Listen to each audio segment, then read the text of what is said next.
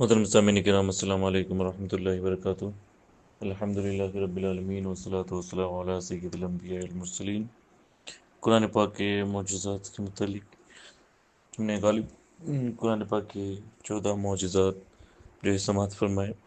آج ہم ایک قرآن پاک کے عظیم معجزہ جو کہ ہسٹوریکل ہے اس پر گفتگو کرتے ہیں۔ آپ نے قرآن پاک پڑھا ہوگا تو آپ کو یاد ہوگا کہ قرآن پاک نے جہاں پر بھی حضرت یوسف علیہ السلام کے زمانے میں جو رولر تھا مصر کا، اس کے لیے جو ہے ملک استعمال کیا ہے۔ آپ قرآن پاک سورہ یوسف میں اندر پڑھیں، وقال الملک انی ارا، ملک کا مطلب ہوتا ہے کنگ، بادشاہ۔ اور اسی طرح جو ہے آپ دیکھیں گے حضرت موسیٰ علیہ السلام کے زمانے میں جو رولر تھا قرآن پاک میں اس کے لیے جو ہے فرعون استعمال ہوا ہے، جسے ہم انگلش زبان میں فیرو بھی جو ہے کہتے ہیں۔ تو یہ آپ قرآن پاک میں دیکھیں گے کہ حضرت یوسف علیہ السلام کے زمانے میں جو رولر تھا تو اس کے لیے جو ہے ملک استعمال ہوا ہے، جس کا مطلب ہوتا ہے کنگ، بادشاہ۔ اور حضرت موسیٰ علیہ السلام کے زمانے میں جو رولر تھا اس کے لیے فرعون یعنی فیرو جو ہے استعمال ہوا ہے۔ مگر آپ دیکھیں گے کہ ہسٹوریکل بہت سارے لوگ، ایون کہ جنہوں لوگوں نے بائبل کا انگلش میں جو ہے ٹرانسلیشن کیا ہے، انہوں نے بھی حضرت موسیٰ علیہ السلام کے زمانے میں جو رولر تھا اس کے لیے بھی انہوں نے فرعون استعمال کیا۔ حضرت یوسف علیہ السلام کے زمانے میں جو رولر تھا اس کے لیے بھی جو ہے فرعون استعمال کیا۔ یعنی کہ بہت ساری ہسٹوریکل بک جو اینشیٹ جو ہے ایجپشین ہسٹری کے بارے میں ہے، تو وہاں پر بھی جتنے بھی ایجپشین رولرز گزرے ہیں ان سب کے لیے جو ہے فرعون جو ہے استعمال ہوا ہے۔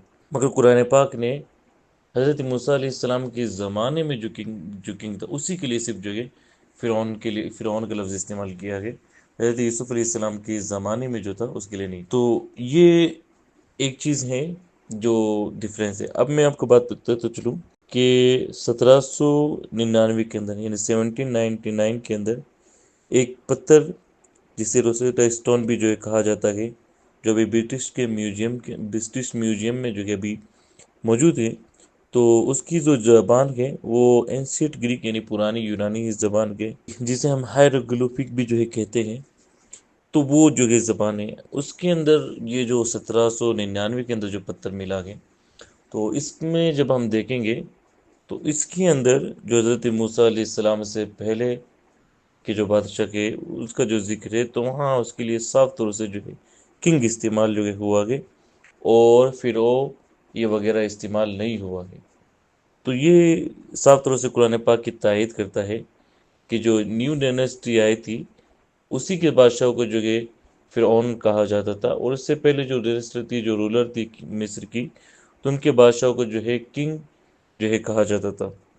تو یہ قرآن پاک کا ایک عظیم معجزہ ہے کہ قرآن پاک نے ہمیشہ حضرت یوسف علیہ السلام کے زمانے میں جو بادشاہ تھا اس کے لیے ملک استعمال کیا ہے، اور فرعون جو حضرت موسیٰ علیہ السلام کے زمانے میں تو اس کے لیے فرعون استعمال کیا ہے۔